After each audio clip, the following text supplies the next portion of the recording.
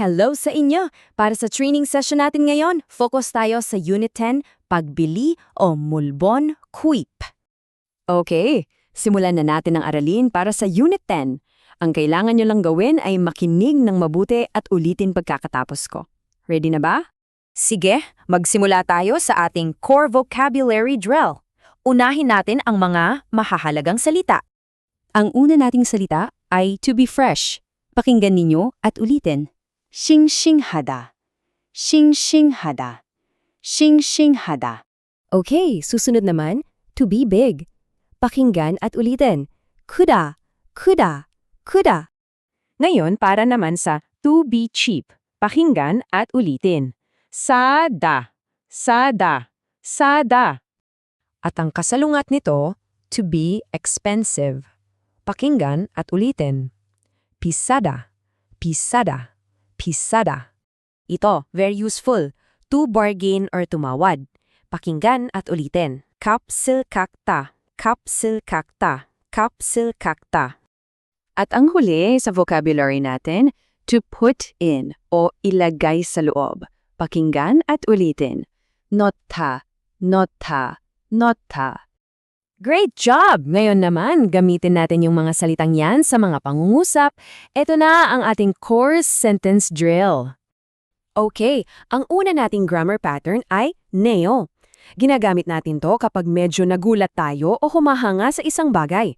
Okay, subukan natin sa mga halimbawa. Sabihin nating, wow, ang fresh ng prutas. Pakinggan at ulitin. 과일이 싱싱하네요. 과일이 싱싱하네요. 과일이 싱싱하네요. Paano naman kung grabe ang laki ng watermelon? Pakinggan at ulitin. 수박이 정말 크네요. 수박이 정말 크네요. 수박이 정말 크네요. Next up, meron tayong a or juseo. Ito naman yung ginagamit natin para makiusap o mag-request ng isang bagay. Very useful to sa pamimili. Sige, pakinggan at ulitin. Halimbawa, medyo maliit ang damit, pakipalitan po. Pakinggan at ulitin. 옷이 좀 작네요. 바꿔주세요. 옷이 좀 작네요. 바꿔주세요. 옷이 좀 작네요. 바꿔주세요. Ito yung paborito ng marami. Pakitawaran naman po. Pakinggan at ulitin. 좀 깎아주세요. 좀 깎아주세요. 좀 깎아주세요. Excellent! Ngayon, tingnan natin kung paano gamitin ang mga to sa isang totoong pag-uusap. Ito na ang ating dialogue expression drill. So, para sa drill na to, isipin nyo na nasa isang tindahan tayo. May customer o 손님 at may-ari ng tindahan, ang juin. Okay, ito ang tanong ng customer. Magkano po itong pantalon? Pakinggan at ulitin. 이 바지 얼마예요? 이 바지 얼마예요? 이 바지 얼마예요?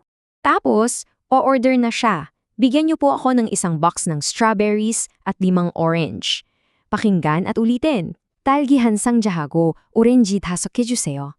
딸기 한 상자하고 오렌지 5개 주세요. 딸기 한 상자하고 오렌지 5개 주세요. At ang huling pakiusap, pakilagay po sa paper bag. Pakinggan at ulitin. 종이 가방에 넣어주세요. 종이 가방에 넣어주세요. 종이 가방에 넣어주세요. Alright, good job everyone. Para sigurado na natandaan natin lahat, magkakaroon tayo ng mabilis na final review. Uulitin natin ang mga pinaka-importanteng natutunan natin ngayon. Okay, review muna tayo ng vocabulary. Ulitin natin. Unahin natin ang 싱싱하다, 싱싱하다, 싱싱하다, 싱싱하다. Ngayon, 비싸다, 비싸다, 비싸다, 비싸다. sunod, 값을 깎다, 값을 깎다. 값을 깎다, 값을 깎다. At ang huli, nota, nota, nota, nota. Ngayon naman, i-review natin ang mga key sentences. Ready? Let's go! 과일이 싱싱하네요. 과일이 싱싱하네요. 과일이 싱싱하네요. Okay, sunod. 좀 깎아주세요. 좀 깎아주세요. 좀 깎아주세요. At ang huling pangungusap. 종이 가방에 넣어주세요. 종이 가방에 넣어주세요. 종이 가방에 넣어주세요. Ayan, napakahusay. Ngayon, ang challenge sa inyo ay subukang gamitin ang mga expressions na to. Mag-practice kayong bumila ng mga bagay-bagay. Practice lang ng practice, ha? See you sa next training natin. Galingan nyo palalo.